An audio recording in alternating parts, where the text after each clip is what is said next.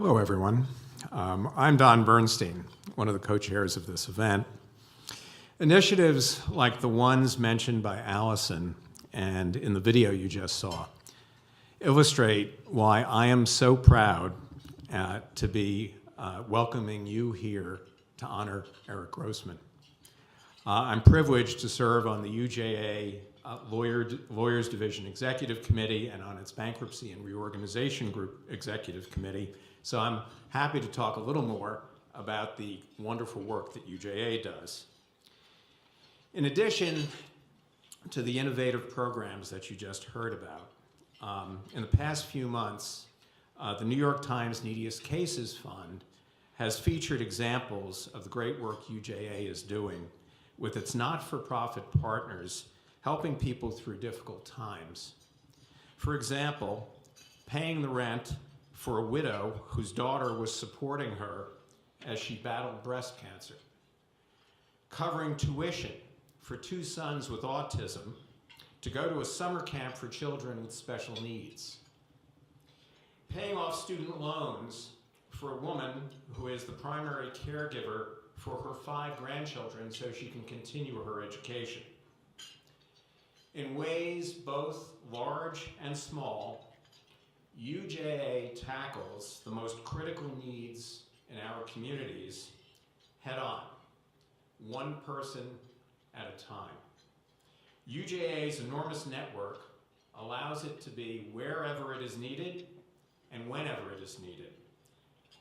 This is what sets UJA apart. It's trusted, it's depended upon, and it has been for the last century. Now, although my role here tonight is not to talk about our honoree, I can't resist saying a few words.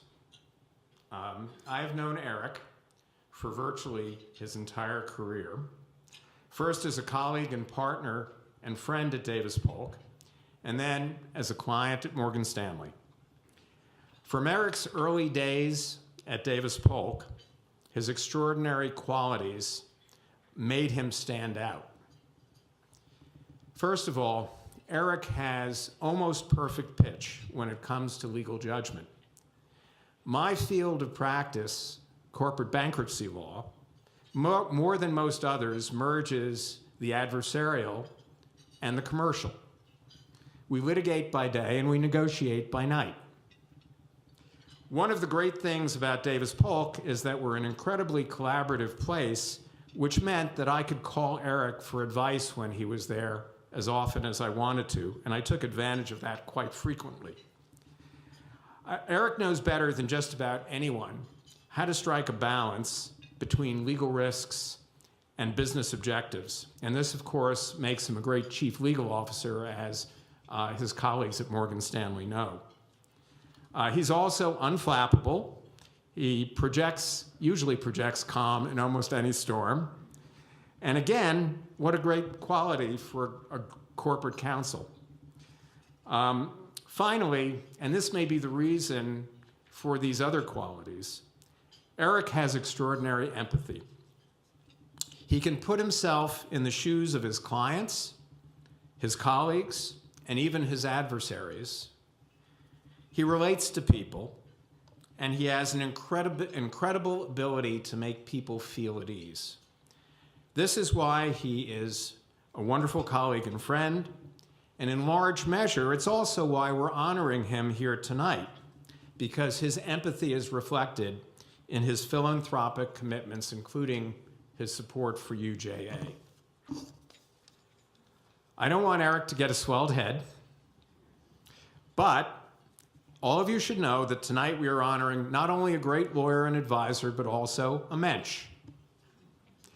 On behalf of all of Eric's former colleagues at Davis Polk, many of whom are here tonight, I offer hearty congratulations both to you and your family. Now, it's my privilege to introduce the keynote speaker, Tom Nides. As most of you know, Tom has had quite an impressive background. He spent time in both public service and on Wall Street. He's currently managing director and vice chairman of Morgan Stanley He serves on the Management Committee and the Operating Committee. And prior to rejoining Morgan Stanley, he served as Deputy Secretary of State under Secretary Clinton. And for his service, he received the nation's highest diplomatic honor, the Secretary of State's Distinguished Service Award. Prior to his stint at State, he was Chief Operating Officer at Morgan Stanley. But before joining Morgan Stanley, he served as Worldwide President and Chief Executive of Burson Marsteller and as Chief Executive Officer of Credit Suisse First Boston. Earlier in his career, he worked on Capitol Hill, on the staff of the House Majority Whip, and then for the Speaker of the House, and also served as the Chief of Staff for the U.S. Trade Representative.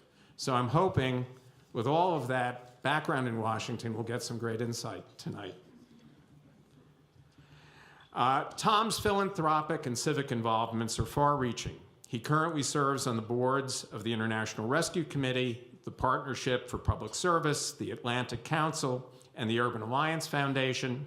He's a member of the Council on Foreign Relations and a former chairman of the board of the Woodrow Wilson Center, a position to which he was appointed in 2013 by President Obama. He is a genuine bridge between the public and private sectors, and his commitment to public service truly exemplifies UJA's values, and it's my distinct pleasure to welcome Tom Nides as our keynote speaker tonight.